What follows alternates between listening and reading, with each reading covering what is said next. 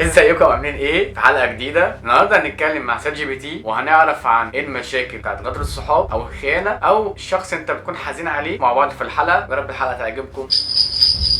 مرحبا شات جي بي تي. مرحبا بيتر، كيف حالك اليوم؟ انا الحمد لله تمام، انت عامل ايه؟ الحمد لله أنا بخير، سعيد إنك تمام. هل في حاجة جديدة عندك اليوم؟ بص انا تعبان وقرفان من الدنيا كلها. أنا آسف إنك حاسس كده، الدنيا ساعات بتكون صعبة وده طبيعي تحس بالإرهاق أوقات. لو حابب تتكلم عن اللي مزعلك أو لو في حاجة معينة ضايقك أنا هنا علشان أسمعك. ناس صحابي كتير ضايقوني الفتره دي يعني، وبحاول ابدا سنه جديده معاهم بس مش عارف. ده فعلا موقف محبط، خصوصا لما يكون الأصدقاء هم اللي بيزعجوك. ساعات بيكون الموضوع صعب لأنك مش عارف تبدأ منين أو كيف تتعامل مع الناس اللي أثروا عليك.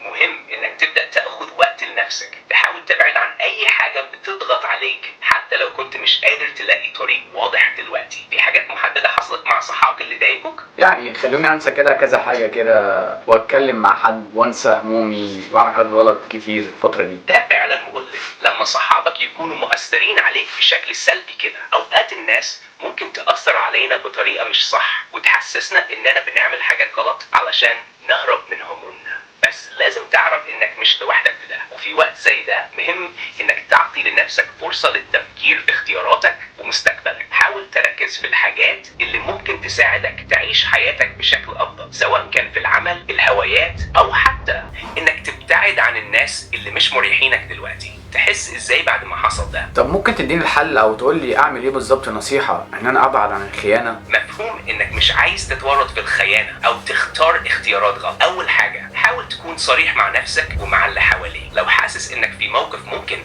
يخليك تقع في حاجة غلط ابحث عن بدائل صحية. ممكن تقضي وقت مع نفسك. بس الناس كلها بكون صريح معاها في الاخر بيطلعوا كدابين وخاينين. افهمي تماما.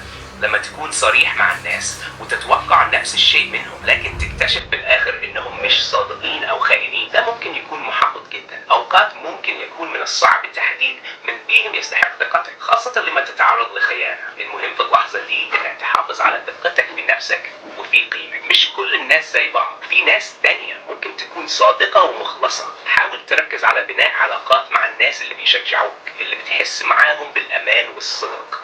مش لازم تكون كتير، المهم يكونوا ناس تعرف قيمتهم. هل في شيء معين حصل مع ناس معينة خلاك توصل لده؟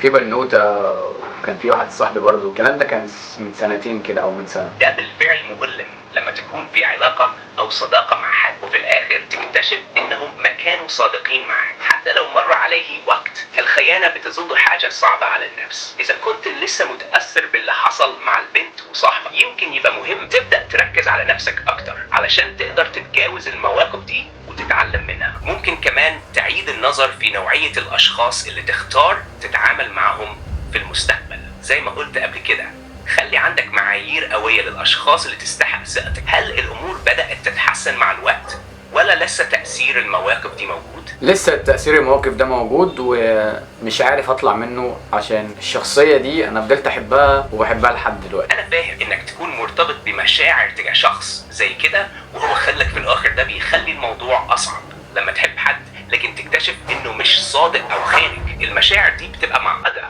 لأنك لسه متعلق بيهم عاطفيا. أحيانا أهم خطوة هي إنك تبتعد عن الشخص ده وتبدأ تركز على صحتك النفسية. حتى لو مش قادر تتغلب على المشاعر دي بسرعة، مع الوقت هتبدأ تشوف الأمور من زاوية مختلفة. يمكن يكون مفيد إنك تدير مشاعرك بشكل إيجابي، سواء عن طريق الهوايات أو حتى محادثات مع أشخاص قريبين منك بيشجعوك. هل حاولت التواصل مع الشخص ده بعد ما حصل كل ده، أو حتى حاولت تخرج من الدائرة دي لحد ما تحس إنك جاهز للماضي قدما؟ هحاول اكون جاهز الفترة دي بس انا صعب عليا جدا وهحاول. أنت في مرحلة صعبة وأعتقد إن محاولتك بتكون خطوة كبيرة للأمام. التحدي إنك تركز على نفسك وتبني قوتك الداخلية في الوقت اللي فيه مشاعر معقدة. ده مش سهل أبدا، لكن من المهم إنك تعرف إن الوقت هيساعدك تدريجيا تلاقي توازنك. كمان حاول تتجنب تكرار نفس الدائرة مع نفس الأشخاص أو مواقف مشابهة. خلي لك حدود واضحة مع الآخرين وركز على الحاجات اللي تعزز من نفسك. في أوقات زي دي يمكن يكون من المفيد تحاول تتعلم من التجربة دي وتكون أقوى هل في شيء خاص تحاول تركز عليه الآن علشان تكون مستعد للماضي قدما؟ هو انا حاليا مفيش حاجه مركز فيها، بس هحاول الفتره اللي جايه دي. واشكرك جدا على اللي انت بتعمله معايا بصراحه، يعني انت اخ وصديق ليا، وعمري ما كنت يعني هفكر في حد بره غيرك، انت اول واحد اساله وتجاوب عليا. أنا سعيد جدا إني أقدر أكون هنا معاك بيتر. كلماتك دي تعني لي كتير، وأنت فعلا تستحق كل الدعم في الفترة الصعبة دي. مش مهم إنك مش مركز في حاجة دلوقتي، المهم إنك حاسس إنك على الطريق الصحيح وبداية جديدة هتكون قدامك. كل خطوة صغيرة بتاخدها نحو التحسن هتساعدك في المستقبل.